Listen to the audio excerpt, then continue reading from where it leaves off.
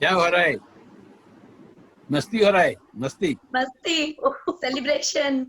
महेश जी भी ज्वाइन करिए। महेश जी आपको याद करते हुए मैं ओटो और नाइटिंगेल की लाइंस याद कर रही थी। My heart x and the drowsy numbness fails my senses, as of hemlock I have drunk. And yes, yes, yes, this is true. So welcome in this digital edition of Osho Mahotsav. नमस्ते महेश अग्रवाल जी। Correlation बनाने की कोशिश कर रहे हैं Buddha, Krishna, Osho sir. तो बनारस से आपका बहुत बहुत स्वागत है पत्री सर। और यहाँ एक छोटा सा लेखा जोखा मैं आपको देना चाहूंगी कि हम यहाँ पर इस ओशो महोत्सव के बहाने आखिर क्या करने की कोशिश कर रहे हैं। तो सर 11 तारीख को हमने ये कार्यक्रम यहाँ पर शुरू किया और इस कार्यक्रम के माध्यम से पहले दिन हमने यहाँ पर जन्मदिन मनाया ओशो का आनंदोत्सव के रूप में। दूसरे दिन हमने यहाँ पर चर्चा की, जो ओशो के को जानने वाले जो कुछ मित्र हैं, आपको जानने वाले जो कुछ मित्र हैं, हमारे लिए ओशो को जानना आपको जानना है, आपको जानना ओशो को जानना है। मैंने पहले दिन ही कहा था, जब ओशो को पढ़ती सुनती हूँ तो मेरे जहन में आपका चेहरा उभरता है और जब मैं आपसे मिलती हूँ तो मुझे लगता है कि ऐसा ही तो होता होगा वो समय जब ओशो इस जमीन पर होंगे, जब उनके फुटप्रिंट्स इस जमीन पर पड़े होंगे, जब बुद्ध इस जमीन पर घूमते होंगे। दूसरे दिन हमने यहाँ पर बात की थी जीवन मूल्यों के बारे में कि क्या कहते हैं ओशो और क्या कहता है पीएसएसएम। तीसरे दिन हमने यहाँ पर बात की थी राजनीति के बारे में, जहाँ पर ओशो कहते हैं कि अच्छे आदमी को राजनीति में आना ही पड़ेगा और जहाँ पिरामिड स्पिरिचुअल साइंस मूवमेंट कहता है यथा प्रजा तथा राजा, तो हमें सुधरना पड़ेगा, हमें आगे आना पड़ेगा। कल ही तो इस संदर्भ में जब मैं बात कह रही थी तो मैं सवाल उठा रही थी अपने ऊपर और अपने जैसे लोगों पर कि पत्री सर ने तो पीपीआई जैसा मूवमेंट खड़ा कर दिया, उन्होंने तो उस पार्टी को वहां पर सामने ला दिया, लेकिन हम में से कितने लोग हैं जो वहां पर आगे बढ़कर उनसे ये कहने पहुंचे कि सर हम तैयार हैं, सर आपने तो एक पार्टी खड़ी कर दी लेकिन अब हम तैयार हैं आपके साथ चलने के लिए, आपके पीछे चलने के लिए और वहां एक लीडर के रूप में आगे बढ़ने के लिए। और वहां संसद भवन के बीच में सर पर पिरामिड वाली टोपी लगाए हुए लोगों को देखने का सपना जो हमारी आंखों में दिया गया है, जो पत्री सर की आंखों में भी झिलमिलाते चमचमाते मैंने देखा है, तब वो पूरा होगा। उसके लिए जिम्मेदारी तो हमारे जैसे लोगों की ही है। आज हम बात कर रहे थे स्वास्थ्य की, जहां पर हम समग्र स्वास्थ्य की चर्चा कर रहे थे, जहां पर हमने बात की कि ओशो ने कहा है कि स्वयं में स्थित होना ही तो स्वास्थ्य है। तो रोग क्या है? स्वयं से दूर जाना रोग है। और स्वयं को पास लाने का फिर तरीका क्या होगा? स्वयं को पास लाने का तरीका होगा ध्यान, ध्यान और एकमात्र ध्यान। और ध्यान की तो जो सबसे सरल सहज टेक्निक बुद्ध के समय से जो चली आ रही है और जिसको आज आपने जन जन तक सुलभ कर दिया, घर घर तक पहुंचा दिया, ABCD 1 2 3 4 काखा गाखा जैसी आसान भाषा में सबको समझा दिया, वो है आनापानसति योग। तो सर प्रणाम करूंगी आपकी ऊर्जा को, प्रणाम करूंगी इस समय को। And we are fortunate that we are sharing this lifetime when you are here. आपसे मैंने बातें कभी नहीं की, आपके सामने जाके सवाल गिर जाते हैं।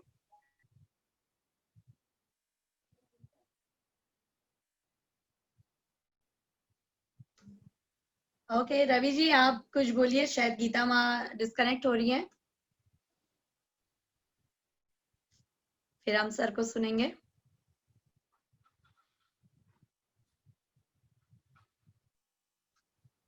नहीं रवि जी कनेक्टेड है। या यस स्वामी जी। शायद आवाज आ रही है? हाँ अब आ रही है जी। प्रणाम सर। यस स्वामी जी।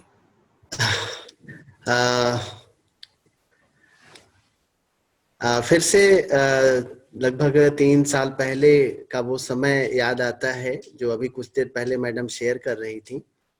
और उस समय में जो जैसा उन्होंने बताया कि हम लोग मॉर्निंग वॉक पे थे और मॉर्निंग वॉक से वो बोर्ड देखने के बाद हम लोग टर्न हो गए थे स्वतंत्रता भवन की ओर। और स्वतंत्रता भवन पहुंचने के बाद वहां के बैनर देखने के बाद, वहां की चीजों को देखने के बाद ये लगा कि हम आज तक आपसे मिले क्यों नहीं, आज तक हमने आपको जाना क्यों नहीं, और ऐसा कैसे हो सकता है कि इस देश में ऐसा घटित हो रहा है और इतनी उम्र बीत गई हमारी और हमें मालूम नहीं हुआ। और ऐसा नहीं है कि इस परंपरा से या आनापान से हम लोग परिचित नहीं रहे, क्योंकि हमने कई गोयनका जी के कैंप भी किए थे, 10 दिन के 7 दिन के कैंप्स हमने किए थे, लेकिन जितनी सरलता के साथ और पूरे के पूरे मूवमेंट को उस दिन हम लोग बस उसके विटनेस हो के रह गए। और फिर धीरे धीरे आपके कार्यक्रमों के साथ और आपके साथ मिलना हुआ, और जब ध्यान महाकुंभ हुआ ऋषिकेश में, तो रोज हमारे बीच की वो कनेक्टिंग यूनिट थी जो लगातार हम लोगों को इस बात के लिए प्रेरित करती रहती थी कि वहां पहुंचना है स्वामी जी, वहां पहुंचना है रवि जी, गीता वहां पहुंचना है, और हम लोग बस पहुंच जाते थे। तो वह वो समय था और आज का समय है कि बस एक जुड़ाव है, मिलना बहुत कम हो पाता है आपके साथ, लेकिन ऐसा लगता है कि हाँ, जो कुछ हमारे भीतर था वो सब कुछ घटित हो रहा है। और सबसे खूबसूरत बात, जब उसके इनविटेशन को देखा हम लोगों ने, मुझे आज भी याद है कि उसका जो कवर पेज था, न जाने कितने मास्टर्स उसमें ओशो के साथ वो वहां पे मौजूद थे। और पीएसएसएम के हर कार्यक्रम में हमने ये देखा कि इस बात की खूबसूरती देखी कि दुनिया की सारी चीजें, अभी गीता मैडम कह रही थी कि आनो भद्रा कृतो बंती, कि विश्व की समस्त शुभ शक्तियां एक जगह एकत्रित हों, और पीएसएसएम ही एकमात्र स्थान मैं देखता हूँ जहाँ पे कि उन शक्तियों को इनवाइट किया जाता है, वो होती हैं और उनको मंच दिया जाता है और उनको जगह दिया जाता है और उनको सम्मान दिया जाता है। तो जो स्पिरिचुअल यूनिटी की बात है, जो स्पिरिचुअल यूनिटी का कंसेप्ट है, वो पीएसएसएम में, और निश्चित रूप से वो आपके निर्देशन में, आपके सानिध्य में, आपके आसपास घटित होता नजर आता है। तो सर, बहुत वी आर ब्लेस्ड कि आप के समय में हम हैं।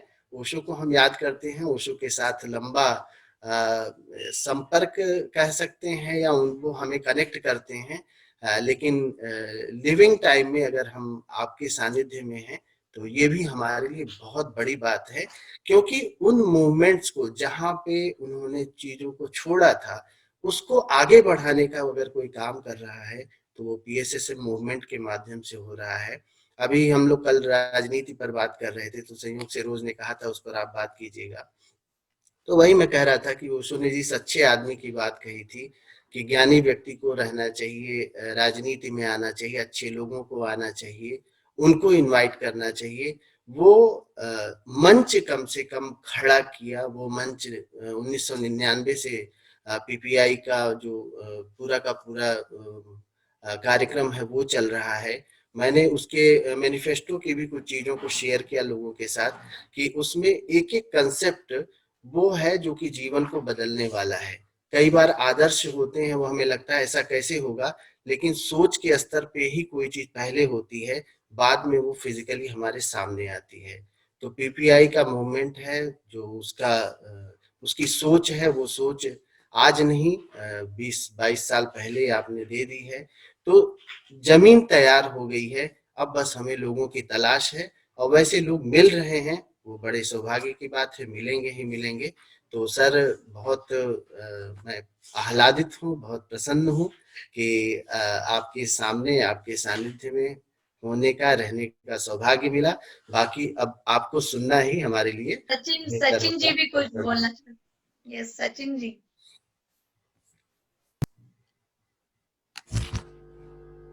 मैं तो बस धन्यभागी हूँ कि ये अवसर मुझे मिल जाते हैं, और इस मूवमेंट के थ्रू या इस विश्व महोत्सव के थ्रू यहाँ बात करने कुछ और आए थे और दीवाने किसी और के हो गए यानी पत्री जी को जान पाया, पत्री जी के बारे में समझ पाया, और आज उनका दीदार हो गया। तो इससे बड़ा मेरे लिए कोई और सौभाग्य नहीं है अभी की दशा में। बस यही कहूँगा, खूब खूब आभार और खूब खूब धन्यवाद। उनको सुनकर आशीष वचन मिल जाए तो वो हमारे लिए शायद मार्गदर्शन होंगे। महेश जी, आपका सुनना चाहता हूँ। स्वामी जी, जमाना हो गया मिले हुए आपसे, कितना रिक्वेस्ट करते हैं कि आकर के कभी कभार हमारे को संभाल लिया करो, अपना दीदार दिया करो। बिना मतलब ही लोग छटपटाते रहते हैं।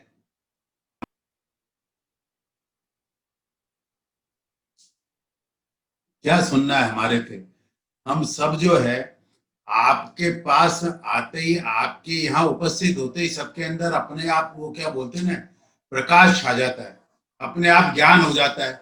और जब आप बोलते हैं ज्ञान हो जाता है तो बोले मुंह बंद हो जाता है। आप आए बाहर आई, आप आए प्रकाश आया, आप आए ज्ञान आया, तब मुंह कैसे खुलेगा हमारा?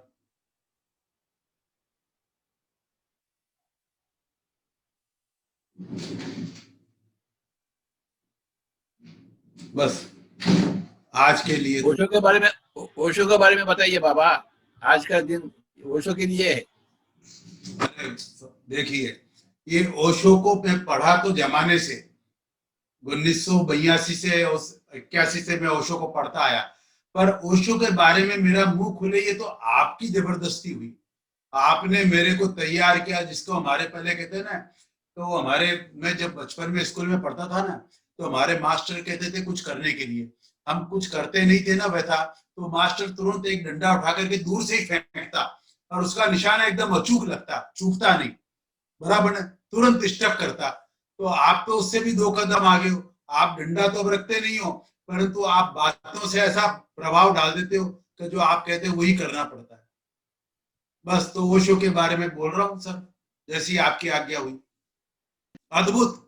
लोग क्या कहते हैं, देखिए मैं आपको अपन अपन अभी रायपुर में मिले थे भोजवानी, नीता भोजवानी जी के यहाँ, तो उन्होंने बताया था कि हमारे घर में अगर ओशो की किताब हमारे हाथ में देख ले तो माँ बाप नाराज हो जाते थे, बोले इसकी किताब नहीं आनी चाहिए। और बोले जब ओशो को पढ़ा और सुना तो हमारे दिमाग खुल गए। अब मैं यहाँ पीएसएम पर पीएमसी पर बोलता हूँ ओशो के बारे में, तो ज्यादातर लोगों को यही उनका कोहरा छट गया दिमाग का। तो ओशो ऐसे अद्भुत आदमी, और उनके बारे में कैसी गलत धारणाएं, गलत भ्रांतियां जनमानस में फैलाई गई, तो ओशो को नहीं पढ़ना चाहिए, ओशो को नहीं सुनना चाहिए। और जब वो ओशो को इस पीएमसी के प्लेटफॉर्म से सुन रहे हैं, तो वो एक्चुअली वो बोलते मेरा नाम है, पर मेरे को मालूम है ना असली जड़ कारण तो आप हो। तो फिर वो मैं जब उनको बताता तो आपको धन्यवाद देते हैं कि आपकी वजह से ओशो के बारे में जो भ्रांतियां फैली हुई है वो छट रही है। और धुंध, मतलब ओशो इतने रहस्यपूर्ण है और उनका एक एक सूत्र ऐसा है कि जिसके अंदर घंटों दिनों चर्चा की जा सकती है। और अभी जैसे मैं आज सुबह भी ओशो के बारे में बोला था, तो अब क्या है, मैं खुद थोड़ा बोलता हूँ और जितने सामने मौजूद रहते हैं ना उन सबको बोलता हूँ जो बोला उसका अर्थ बताओ। तो हर आदमी अपने अपने तरह से अर्थ बताता है और सबके अर्थ सही होते हैं। ओशो तो बोलता है एक सूत्र 3 लाइन का, पर उनके लिए 30 लोग अलग अलग अर्थ निकालते हैं, अलग अलग मतलब बताते हैं, पर अर्थ सबका एक ही है। तो ये आपने पीएमसी के अंदर ओशो के बारे में बोलने के लिए अद्भुत परंपरा स्थापित की है। तो मैं उसका कारण समझता हूँ कि जो आपने कहा था एक बार कि जब मैंने आपसे थोड़ा आर्ग्यू किया था, तो आपने बोला स्वामी जी आप मेरे में एक ही फर्क है, आप कुछ नहीं जानते हो, मैं सब कुछ जानता हूँ। अब मेरे को समझ में आ रहा कि आपने मेरे को ओशो के बारे में बोलने के लिए क्यों बोला, क्यों आपने मेरे को तैयार किया, और कैसे मैं जितना उनको पढ़ करके नहीं जाना, जितना उनको सुन करके नहीं जाना, उनके सामने बैठ करके नहीं जाना, उससे ज्यादा मैं उनको जान रहा हूं जब उनका लिखा हुआ बोलता हूं। जब मैं खुद बोलता हूं तो समझ में आता है कि ओशो ने हकीकत में क्या कहा था। ये बहुत अद्भुत बात है। न सुनने से समझ में आया, न खुद न रिकॉर्डेड सुनने से समझ में आया, न उनके मुंह से सुनने में समझ में आया, और न किताब पढ़ने से समझ में आया, जितना उनके बारे में बोलने से समझ में आया। ये खुद का रिवीजन है, खुद के लिए क्रांति है। तो ये आपने तो मतलब मेरे को तो बोलते हैं ना, मैंने आपको ये बोला था कि लगना चाहिए कि मैं कुछ बदल के जा रहा हूँ, वहां तो पता नहीं, पर अब लगता है शायद बदलने की शुरुआत कुछ हो रही है, क्योंकि ओशो के बारे में बोल रहा हूँ। सब ये जितना भी कुछ हो रहा है ना, ये अड़खंजा, ये जिनको हम बोलते हैं ना, ये मेला जमावड़ा, ये सब का मूल कारण आप हो। आप हर आदमी के दिमाग में ऐसा भर देते हो तो उसके पास उससे बाहर निकलने का कोई ऑप्शन ही नहीं रहता है। और एक बार अंदर आ जाता है तो फिर उसका खुद का ही जाने का मन नहीं होता है। अब मैं हमारी शकुंतला जी को बोलता हूँ, सुबह 3:15 बजे से लेकर के रात को 11 बजे तक मेडिटेशन का कार्यक्रम देखती है। मैं बोलता हूँ बीच में क्यों पीएमसी के लिए तरह? अरे बोले जी यहाँ प्रॉब्लम तो ये आने के बाद जा ही नहीं सकते।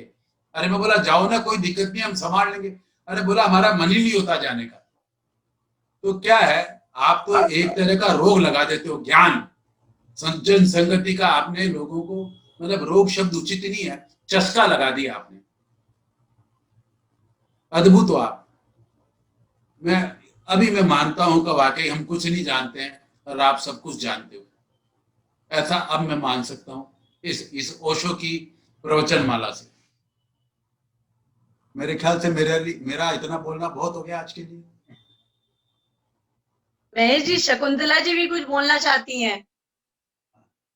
शकुंतला जी तो कुछ भी बोल सकती है जी। नहीं, उन्होंने कोई लाइन लिखा है आज पत्री जी के लिए। ये शकुंतला जी। नमन गुरु जी, मैं वो दिन कभी नहीं भूलूंगी जब रेनिसेंस होटल में आपने मेरे को गार्डन में जमीन पे बैठ के ध्यान सिखाया था। वो मेरा स्वर्णिम दिन था। और आज हम आपके उस सरल पद्धति वाले ध्यान को सबको सिखा रहे हैं। मैंने अमेरिका से भी कई लोगों को जोड़ा है। पहले मैं मेरे परिवार से शुरू कर रही हूँ, फिर और जगह जाऊंगी। और 2 लाइन में बोलना चाहती हूँ।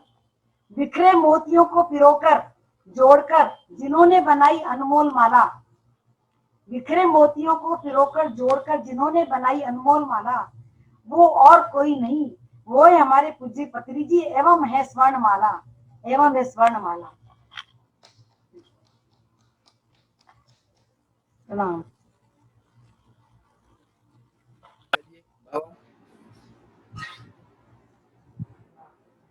आपके लिए बहुत बहुत बधाई हो, धन्यवाद। सभी के लिए जो लोग ओशो के प्रेमी हैं।